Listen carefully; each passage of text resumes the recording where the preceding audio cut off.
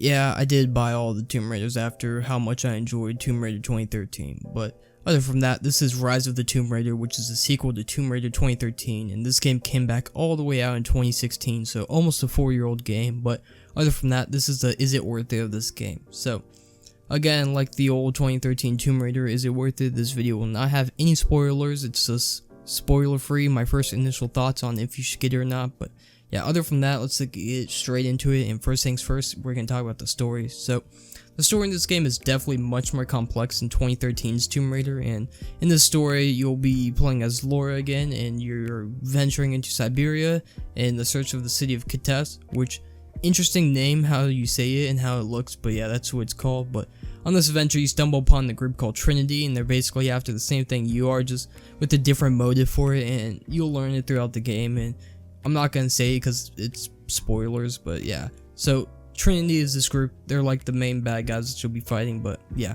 Then after this, you come across the locals in this area, and if you ever seen the movie Brave, that's what they remind me of.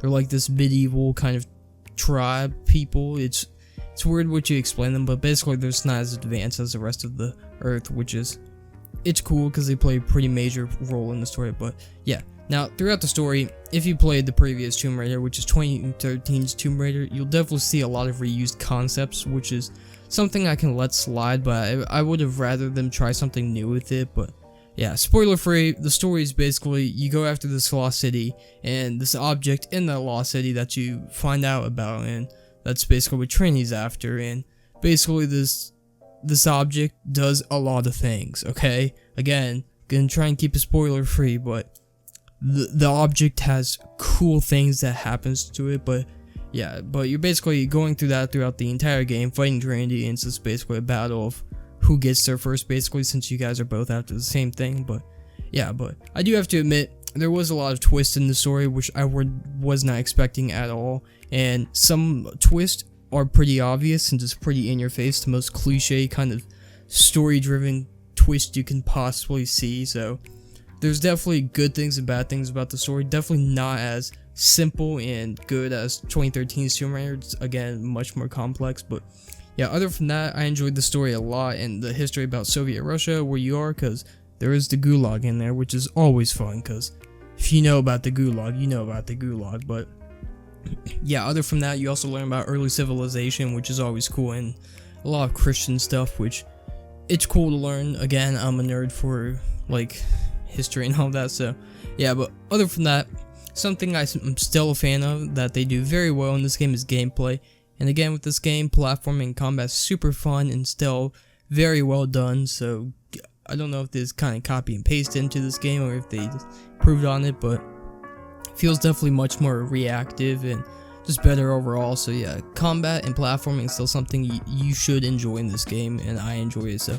yeah, but along with this, you also have the campfire mechanics again, and the only difference with this is that now you can actually save the game, which, I mean, that's cool for casual players, but yeah, then if you play harder modes, you actually have to go to a campfire, which, one thing I don't like, okay, so I played on Seasoned Raider because I thought that'd be a nice go-to, but clearly it wasn't. I should have played on the hardest difficulty, because, not to toot my own horn, but I was just way too good at the game. But overall, you can't change your settings in game. You can only change it from easy and medium. You can't change it to hard, which I don't get, because I don't know why they did that. But if you have it on medium or easy and you want to go to hard, you have to start a whole new game, and I just don't know why they did that. It's definitely not cool or fun. But yeah, other from that, the campfire mechanics is still here, but you can save now just anytime you want, so that's nice for casual players, because chances are most people are just casual players. Then yeah, but also something new is that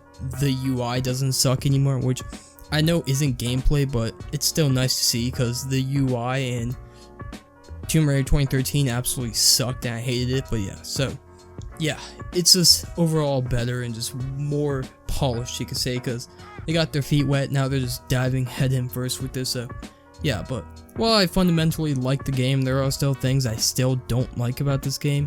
And again, with Tomb Raider 2013, I can forgive most of these things, but I just wish it was a little different. But first up is microtransactions, And yes, there are microtransactions in this game. Thankfully, they don't affect gameplay. They're just all DLC, which is alright because DLC is always fun. And the other microtransactions are skins that are purely cosmetic, do not affect gameplay. But yeah, and again, I can understand why they did this, because back when Tomb Raider 2013 came out, they spent a lot of money on that game, and it didn't do as well as they wanted to do, which it still did an amazing job selling. It just didn't do as much as they wanted, so they were basically like, hey, let's put MTX in this game. But I could go with that. But other from that, the only other thing I don't like is the lack of small details compared to 2013's Tomb Raider. And well, yes, there are still a lot of tiny details in this game that I like. I feel like they could have added more to it, and a main one is when you raid tombs, they're all the exact same thing that you get, which they basically copy and pasted, and I'll go more in depth in my review. But yeah, I feel like they could have done better on the small details. But overall, that's mainly the main things I don't like. Some other things is basically like you have to fast travel in some places, and some complex kind of like skill related things, but overall it's everything I could just forgive it. So yeah, but overall, this game, while not as good as 2013's Tomb Raider because of its lack of details and much more complex system, I can say I still really enjoyed this game, and it was like $10 for every DLC and microtransaction in the game, plus the game all in one package, because it's an old game. But other from that, it's a good game. I thoroughly enjoyed it, and if you're wondering if you get it, the answer is yes.